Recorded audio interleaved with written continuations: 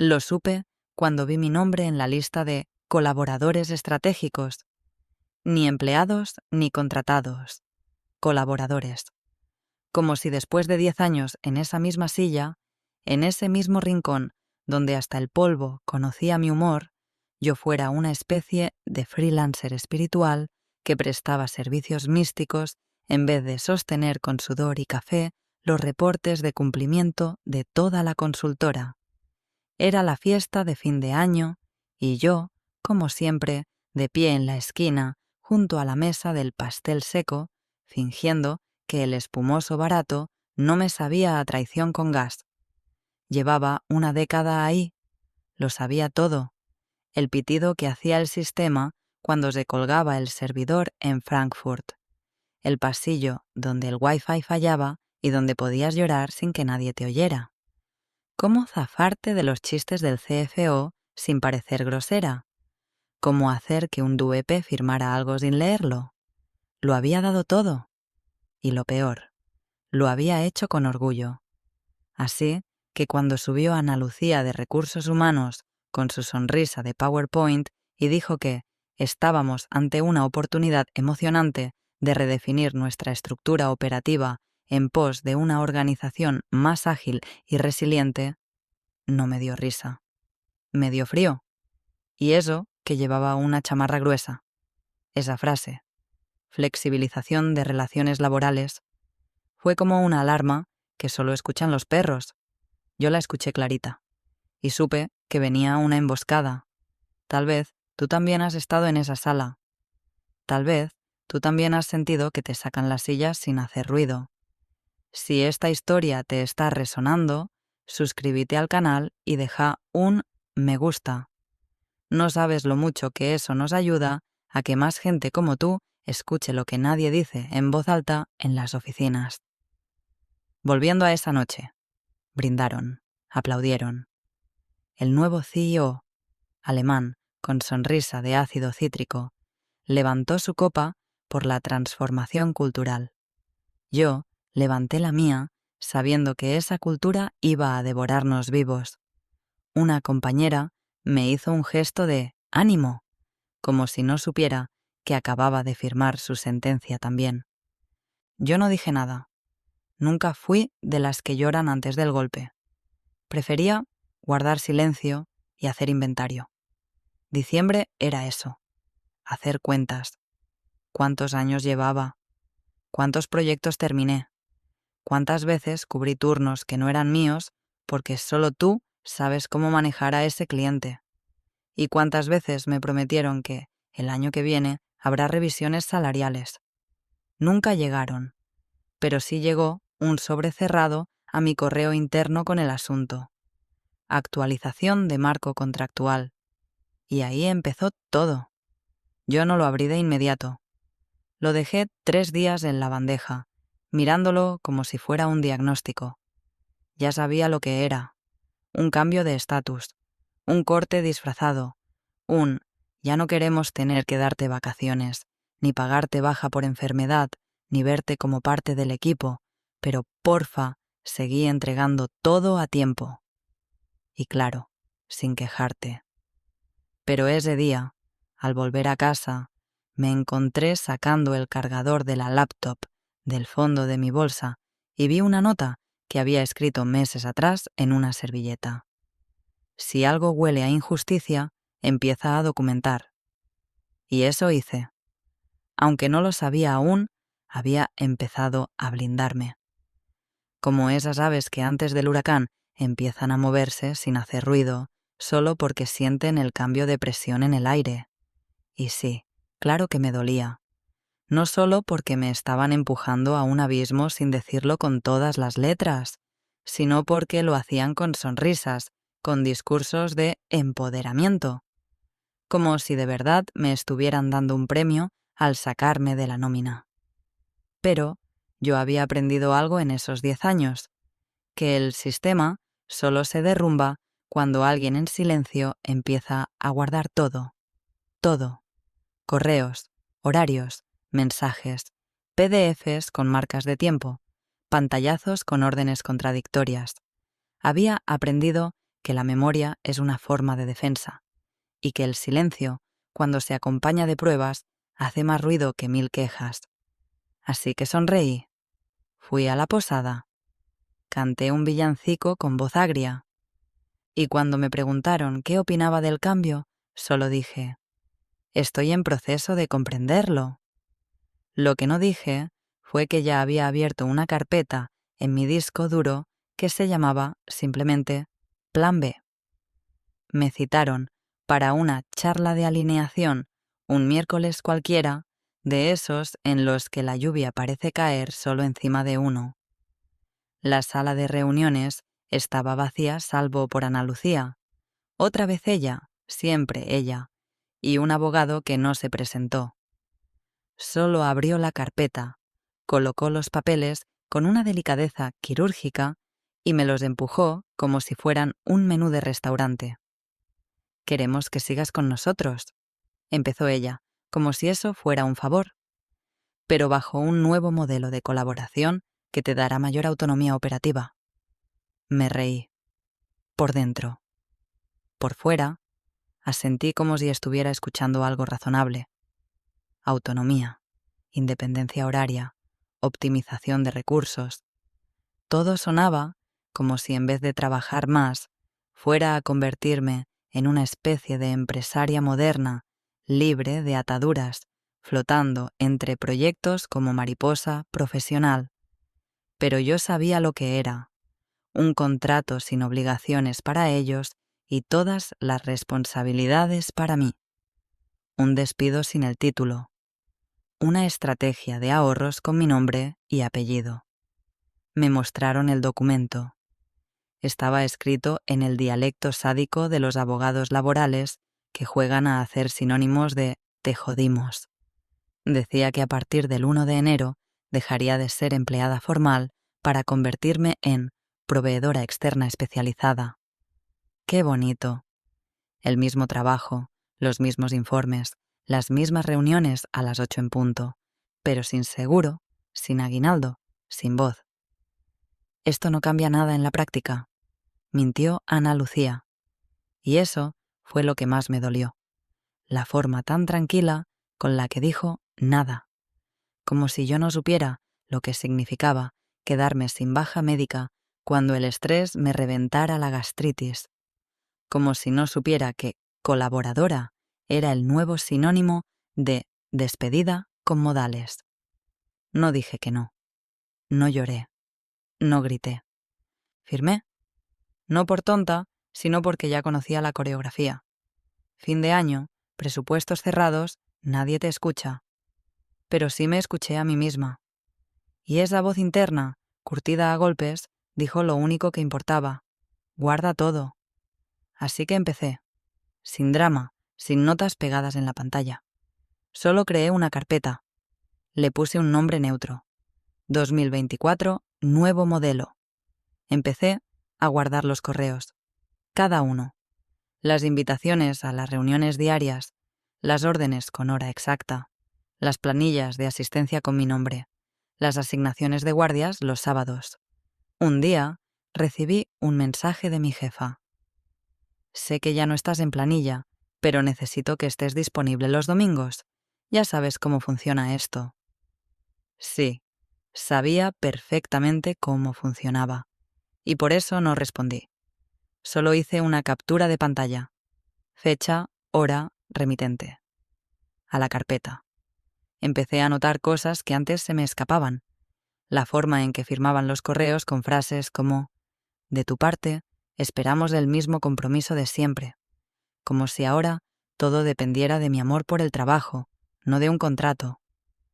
Los mensajes ambiguos que me hacían sentir culpable si me desconectaba después de las 18:00. Los silencios incómodos en reuniones donde era la única sin acceso a ciertos archivos, pero con toda la responsabilidad de los informes. Los viernes se convirtieron en auditorías personales. Revisaba lo que había hecho, las horas invertidas, los archivos entregados. Lo anotaba todo. No por paranoia, por memoria. Porque ya sabía que la pelea no iba a ser de gritos, sino de evidencia. Al principio me pregunté si estaba exagerando, si tal vez debía adaptarme, fluir, como dicen en los podcasts de gente que nunca ha tenido que suplicar una incapacidad por ansiedad. Pero algo dentro de mí sabía que esto era una trampa, no solo para mí, sino para muchos más. Empecé a preguntar con cuidado, casi como quien tantea un campo minado. ¿También te cambiaron el contrato? ¿Te hicieron firmar lo mismo? Y uno a uno, los silencios me respondieron. No me volví activista de golpe. No era una cruzada. Era supervivencia. Era saber que cuando la cuerda revienta, lo único que te sostiene es lo que lograste guardar mientras todos fingían que no pasaba nada. Y entonces entendí que no estaba sola. Solo estaba callada. Igual que otros. Y que eso, curiosamente, podía ser el principio de algo más grande. Algo que no aparecía en los manuales internos ni en las presentaciones del CEO. Algo que todavía no tenía nombre. Pero pronto lo tendría.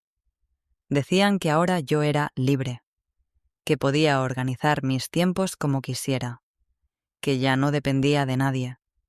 Pero los lunes seguían empezando a las 7:58 con un correo titulado Plan de entregables semanales. Y los viernes terminaban pasadas las 21:03 con un ¿pudiste avanzar con lo de compliance? La diferencia era que ahora todo venía disfrazado de favor. Ya no me decían «te toca», sino «¿podés apoyarnos con esto?» Como si fuera opcional. Como si decir que no implicara quedar marcada con un asterisco invisible que te condenaba al congelador. El primer sábado de enero, mi jefa me escribió por WhatsApp. ¿Podés estar disponible este sábado, por si surgen temas con el cliente alemán? Ya sabes cómo funciona esto. No respondí. No lo abrí siquiera. Pero la notificación quedó ahí. Tomé una captura.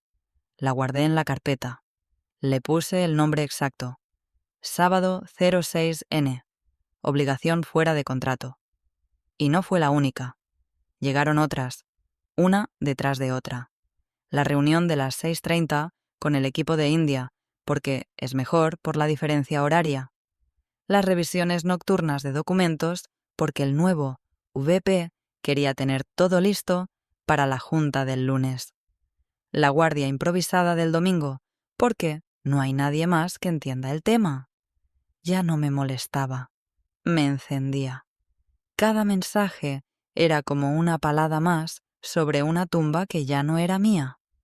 Lo que al principio había sido desconfianza empezó a convertirse en indignación. No por el trabajo nunca me asustó. Lo que me hervía era la mentira, la hipocresía del nuevo modelo que se suponía más justo, más flexible, más humano. Y aún así, jugaban con mi tiempo como si no valiera, como si lo que firmé no importara, como si ser mujer, latina y colaboradora externa fuera sinónimo de disponible 24/7. Yo callaba, no por sumisa, sino por estrategia. Cada orden, cada planilla, cada llamada espontánea quedaba archivada. Fui creando un Excel paralelo. Horas declaradas versus horas reales. Indicadores de tareas. Correos cruzados con fechas y plazos. Les construía el caso con la misma meticulosidad con la que hacía mis matrices de riesgo. Un día, sin querer, abrí el documento original del contrato nuevo. Ahí estaba. El proveedor organizará sus tareas de forma autónoma, sin sujeción a horarios ni dependencias jerárquicas. Casi me da risa. Ese mismo día, tenía agendada una reunión con el equipo de auditoría interna a las 15:00. Asistencia obligatoria. Firma en lista. Cámara encendida. Jerarquía más clara que el agua. La contradicción era tan obvia, tan grosera, que empecé a preguntarme si ellos realmente creían que éramos estúpidos, o peor, que no teníamos opciones. La gota que rebalsó el vaso fue el correo con el subject. Recordatorio. 60 horas es la expectativa mínima. 60. Como si fuera normal. como si eso fuera el estándar para alguien sin contrato formal, sin vacaciones, sin derecho a enfermarse. No respondí ese correo, pero esa noche no dormí. Me quedé reorganizando carpetas, ordenando archivos. Añadí subcarpetas por semana. Fui descargando los partes de asistencia, revisando los logs del sistema. Porque sí, claro, los sistemas registran todo. Cuándo te conectas, cuándo entregas, cuándo respondes. Y ahí fue cuando entendí que no solo era ilegal, era sistemático, planeado. Usaban nuestras ganas de conservar el trabajo como palanca y luego nos despojaban de todo derecho. Ya no era solo yo. Empecé a mirar diferente a mis colegas, a notar cómo algunos también empezaban a registrar, a copiarse a sus correos personales, a murmurar lo mismo en voz baja. Esto no puede estar bien. Y así, sin decirlo, empecé a irme. No físicamente, pero mi obediencia empezó a quebrarse. Ya no era automática, ya no era completa. Cada sí iba cargado de rabia. Cada silencio tenía nombre y fecha. Y lo que parecía una rutina sin salida empezaba a parecerse más a un expediente. Uno que ellos mismos estaban escribiendo sin saberlo. Era martes. El cielo gris y pastoso hacía juego con el ruido estancado del tráfico y con el peso que traía encima desde hacía semanas. Salí antes de la oficina. Fingí un dolor de cabeza. Ni siquiera tuve que esforzarme. Lo tenía de verdad. Caminé 12 cuadras hasta un edificio viejo con fachada de cerámica amarilla. Sin logos, sin pretensiones. Solo una placa oxidada que decía «Letrada laboral». Había buscado esa oficina durante días, pero no fue hasta que leí una reseña que decía «Escucha más que lo que cobra», que me decidí. Me abrió la puerta una mujer de poco más de 50, cabello recogido, mirada directa. Me saludó como si supiera exactamente por qué estaba ahí. Y yo, que suelo ser tan medida, tan cauta, tan de mantener la compostura, me escuché empezar a hablar sin detenerme. Le conté todo, lo del contrato nuevo, las horas, los mensajes, el lenguaje ambiguo, la carpeta 2024 nuevo modelo. Todo. Ella no interrumpió. Solo asentía y tomaba notas a mano, como si escribirlo en tinta le diera más peso. Cuando le mostré el correo con el recordatorio 60 horas es la expectativa mínima, junto al contrato que hablaba de autonomía operativa, alzó una ceja. «Esto no solo es ilegal», dijo finalmente. «Esto es una práctica sistemática, está orquestado, no fue sorpresa, pero sí alivio, como si alguien validara por fin que no era una loca exagerando, que lo que estaba viendo era real, tangible, punible. Me pidió copias de todo, el contrato, las planillas, los correos, los chats. Le entregué una memoria USB con las primeras 2 carpetas. Me pidió nombres, puestos, capturas. «¿Sabes si hay más personas con contratos como el tuyo?», preguntó. Asentí. Pensé en Laura, que había dejado de pedir permisos por enfermedad porque ahora no estaba en planilla. En Hugo, que firmó sin leer porque tenía un hijo con leucemia y no podía darse el lujo de quedar fuera. En Sofía, que lloró en silencio cuando se enteró de que el seguro ya no la cubría, aunque trabajaba más que nadie. «Al menos 6», le dije. Ella respiró hondo. Luego, escribió algo en una hoja aparte y me la mostró. «Demanda colectiva potencial, base sólida». No firmamos nada ese día, no hablamos de honorarios, solo me dio instrucciones claras, seguir guardando todo, no advertir a la empresa, no levantar sospechas. Esto se construye como una auditoría, silenciosa, precisa, letal, y me acompañó hasta la puerta. Salí de ahí más liviana, no por tener una solución, sino por tener una dirección. Por primera vez en semanas, sentí que no estaba siendo arrastrada por la corriente, que tenía un remo en la mano, y aunque la tormenta seguía, ya no me sentía náufraga, me sentía testigo. Esa noche abrí una nueva carpeta, le puse nombre simple, legal, y empecé a duplicar todo. No solo lo mío. Empecé a hablar con cautela con los demás, a hacer preguntas inocentes, a escuchar entre líneas, y todo lo que escuchaba reforzaba lo que la abogada me había dicho. Esto no era un error, era un sistema, un mecanismo, y por primera vez me di cuenta de que si sabíamos verlo, también podíamos romperlo. Lo hice desde casa, un domingo por la tarde, mientras el resto del edificio olía a sopa caliente y novelas repetidas. Me senté con mi laptop, abrí todas las carpetas que había ordenado durante semanas y empecé a redactar el correo. Asunto. Información sobre relación laboral encubierta. Adjunto. Contrato. Cronogramas. Partes de horas. Capturas de pantalla.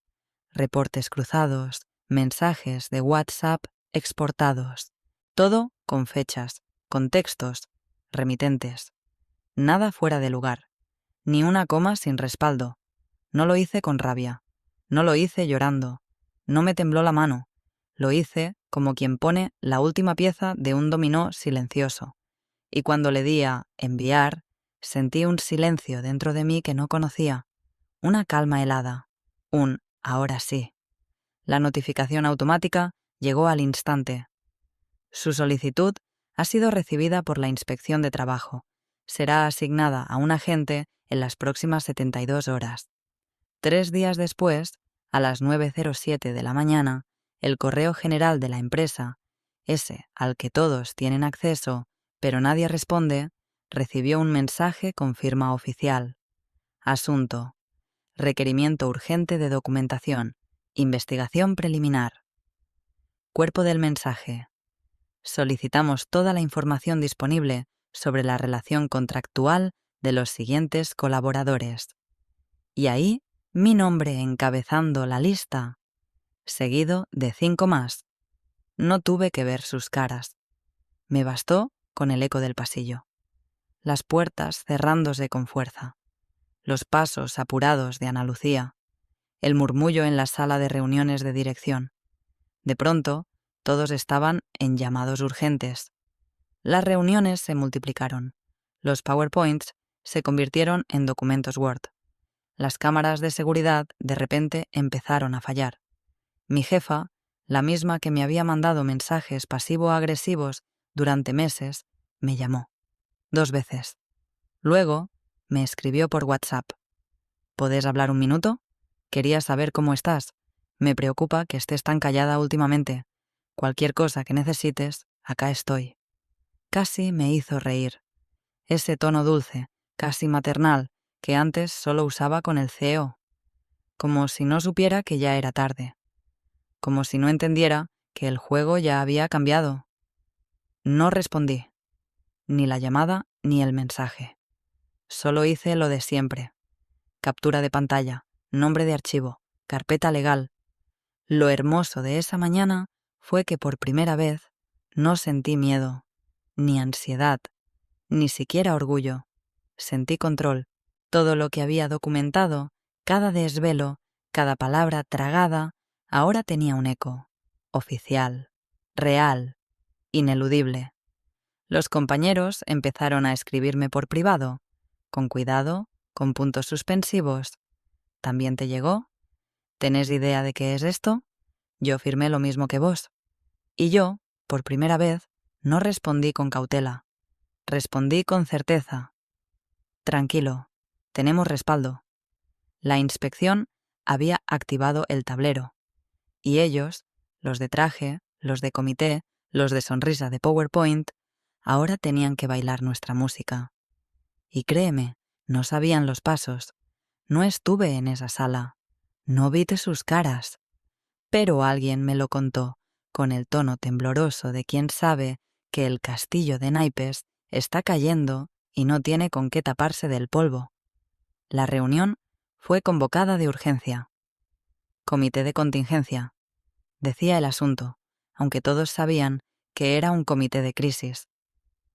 Ana Lucía se sentó a la derecha del CEO, con el rostro más pálido que su blusa blanca.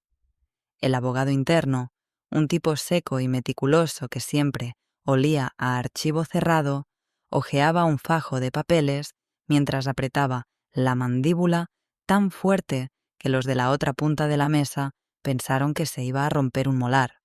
Sobre la mesa, una lista.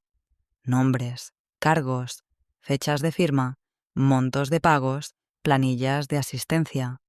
Y lo más importante, correos electrónicos, más de 100, todos en el mismo tono, todos en la misma línea jerárquica, todos contradiciendo el supuesto modelo de autonomía operativa. ¿Cuántos son?, preguntó el CFO, un tipo que apenas hablaba con nosotros cuando todavía nos llamaban empleados. ¿Más de los que podemos permitirnos reconocer?, respondió el abogado sin levantar la vista. Hubo un silencio, luego un susurro en alemán, luego otro. Después, el abogado pidió acceso a todo el historial de correos entre RR, HH y los colaboradores externos. No por cortesía, por autodefensa. Descubrieron que algunos de nosotros estábamos a cargo de funciones críticas, control de cumplimiento normativo, soporte de sistemas, análisis financiero, que nuestras colaboraciones eran en realidad piezas centrales del funcionamiento de la empresa, que nuestras supuestas decisiones autónomas estaban calendarizadas, supervisadas, firmadas por superiores, que cada sábado trabajado, cada planilla, cada apoyo fuera de horario, era un clavo más en su propio ataúd legal. Desde mi escritorio en casa, leí el mensaje filtrado que me reenvió un colega de confianza. Necesitamos construir una narrativa unificada sobre el uso de contratos por prestación de servicios. No se permite a ningún jefe responder a requerimientos sin revisión previa del área legal. Narrativa unificada. Qué forma tan elegante de decir vamos a mentir lo mejor que podamos. Yo seguía trabajando, sin aspavientos, enviando informes, respondiendo correos, pero sabía que ahora todo era diferente. Las respuestas llegaban más lentas, las órdenes venían con pies de plomo, y los recordatorios amistosos sobre disponibilidad empezaron a desaparecer. No era venganza, era un equilibrio natural que empezaba a restaurarse, sin levantar la voz, sin necesidad de romper nada, solo mostrando lo que ya estaba roto. Afuera, el sistema empezaba a crujir, y lo mejor era que no necesitaba empujarlo, solo observar cómo se caía solo, porque el problema no era uno, era estructural, y por primera vez ellos también lo sabían. El correo llegó una mañana de abril, con encabezado oficial y lenguaje quirúrgico. Se concluye que existen elementos suficientes para establecer la existencia de relación laboral encubierta bajo régimen de prestación de servicios. Se inicia expediente de actuación colectiva. No usaron la palabra fraude, pero se leía entre líneas. Lo habían dicho con tecnicismo, pero el mensaje era claro. Tenían razón. Teníamos razón. No grité, no salté de alegría. Solo me quedé sentada, leyendo la frase una y otra vez. Subrayé el párrafo clave. Lo guardé en 3 carpetas distintas. Lo reenvié a mi abogada con el asunto. Confirmación. Ella respondió 5 minutos después. Listo. A partir de ahora, se coordina desde el expediente general. Te incluyo en la lista prioritaria. Y entonces empezó a llover. Pero no agua. Gente. Voces, correos, llamadas. Una excompañera de marketing, a la que yo creía en el extranjero, me escribió. ¿También firmaste ese contrato basura? Tengo pruebas de lo que me hicieron firmar cuando me dieron de baja. Un chico de soporte que habían despedido en enero sin aviso envió capturas de su historial de trabajo los fines de semana. Otro, del área de BI, mandó grabaciones de reuniones donde se le exigía disponibilidad, aunque ya no estés formalmente en planilla. La abogada apenas daba abasto. Armó un canal cifrado. Designó 3 asistentes. Pidió paciencia, pero el torrente no paraba. Éramos muchos más de lo que pensábamos, todos diferentes, todos en silencio, todos creyendo que lo nuestro era un caso aislado. Y de pronto, todos conectados. Fue como ver un mapa que de pronto revela una red subterránea. Ahí estaba la estructura real de la empresa, sostenida por cuerpos invisibles, por horas no pagadas, por nombres borrados del Excel oficial, pero vitales en la práctica. Y ahora todos querían hablar. El punto de quiebre fue un documento filtrado. Llegó en PDF, sin remitente, sin firma, pero con el sello de la Dirección General. Lo compartieron primero en un grupo de extrabajadores. Luego llegó a la abogada. Finalmente lo vimos todos. Impacto estimado por regularización de vínculos encubiertos, 2,1 metros en pasivos laborales proyectados a mediano plazo. Ahí estaba, negro sobre blanco. No éramos un capricho, éramos un riesgo, éramos una amenaza para sus balances, y ya no podían fingir que no existíamos. Recuerdo que esa noche me serví una copa de vino y abrí la carpeta legal. Había empezado siendo una colección defensiva. Ahora era un archivo histórico, un testimonio. Ya no se trataba solo de mí, de mi contrato, de mi dignidad. Era mucho más grande.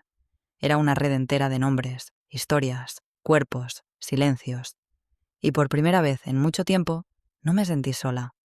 Me sentí parte de algo que crecía, que tenía forma, dirección, sentido.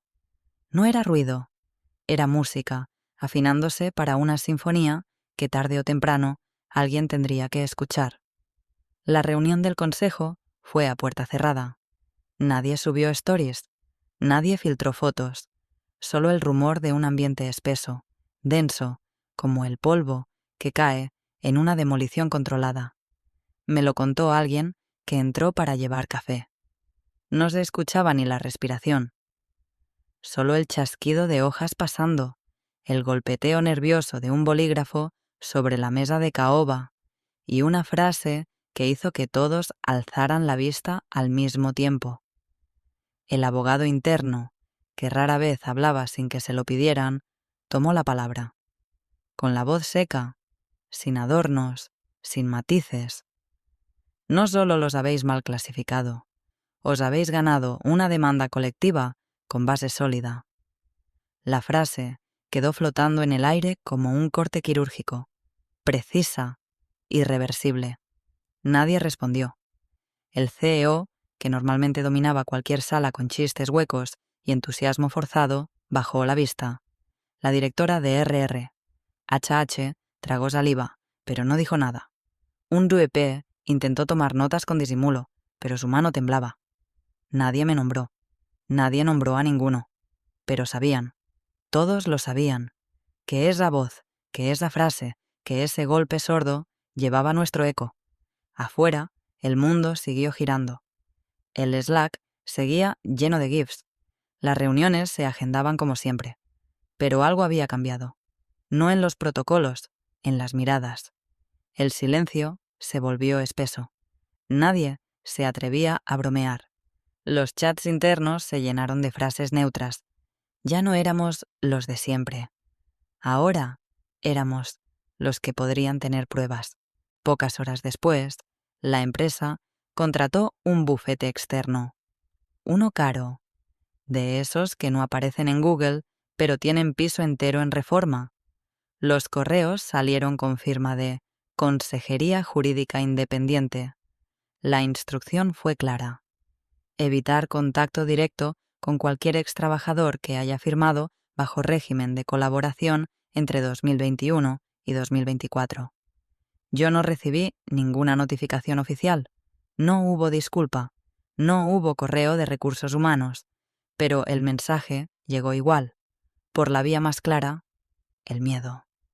Porque eso fue lo que vi en el cambio de tono. En la pausa incómoda, cada vez que mi nombre aparecía en los informes viejos. En la forma en que mis exjefes comenzaron a revisar los correos enviados años atrás, intentando medir hasta dónde los exponían. No necesitaba un aplauso. No buscaba una estatua. Bastaba con eso, con el silencio cargado de reconocimiento, con saber que durante años fuimos invisibles, pero que ahora estábamos grabados a fuego en su contabilidad, en su sistema legal, en su historia. El escándalo no salió en la prensa. Lo contuvieron. Confidencial, decían los documentos internos. Pero eso no importa, porque a veces la justicia no hace ruido. A veces gana quien sabe esperar, quien guarda, quien resiste sin gritar. Y esta vez el ruido lo hacía su silencio. Y ese era el sonido exacto de nuestra victoria. No volví, ni un día más. No recogí mis cosas, no retiré mi taza. La dejé ahí, en mi escritorio, como prueba fósil de una época en la que confundí lealtad con aguante. Ahora trabajo desde casa, sin prisa, sin sobresaltos. Me levanto sin alarma. Miro por la ventana. El sol no sabe de juicios ni de contratos simulados. El acuerdo llegó sin ceremonia. Mi abogada me llamó un viernes al mediodía y dijo: «Listo, han cedido, lo firmaron todo. Compensación íntegra. Reconocimiento del vínculo laboral desde el primer día. Retroactivo. Y una disculpa que no se atrevieron a escribir con ese nombre, pero que estaba ahí, disfrazada en frases como reparación del perjuicio causado y normalización de situación contractual previa». Tardé en abrirlo. Lo leí despacio. Subrayé los puntos importantes. Luego lo firmé con calma. Como quien cierra un capítulo largo, difícil, pero necesario. Semanas después llegó el último correo. Asunto. Confirmación de transferencia. Indemnización por desvinculación. Cuerpo del mensaje. Le solicitamos confirmar la recepción del pago correspondiente según lo establecido en el acuerdo firmado. Adjunto. Comprobante. Monto exacto. Fecha. Hora. No respondí de inmediato. Me serví un café. Lo tomé en silencio, mirando la pantalla como quien contempla la orilla después de una tormenta. Después, sin decir palabra, abrí el correo, escribí: «Confirmado, gracias», y apreté enviar. Cerré el portátil. Sentí el peso de algo que ya no estaba. No era solo un final. Era un ajuste, una corrección, una línea recta después de años de curvas impuestas. No me fui con gloria, no me fui con rencor, me fui con algo más importante, con la certeza de que no me doblegaron, que el silencio puede ser estrategia, que la paciencia, cuando se arma de evidencia, se convierte en arma legal. Alguien me preguntó si me arrepentía, si no hubiera sido mejor buscar otro trabajo y olvidarlo todo. Le respondí que uno no se va del incendio sin avisar que hay fuego, que si pude hacer algo, debía hacerlo. Por mí, por otros, por todos los que todavía creen que estar agradecidos significa aguantar abusos. Y entonces escribí mi última línea, para mí, no para ellos, no en un post, no en una carta, solo en mi cuaderno negro, el de siempre. La última página, la última frase. Me llamaban autónomo, pero ellos eran los que no sabían trabajar solos.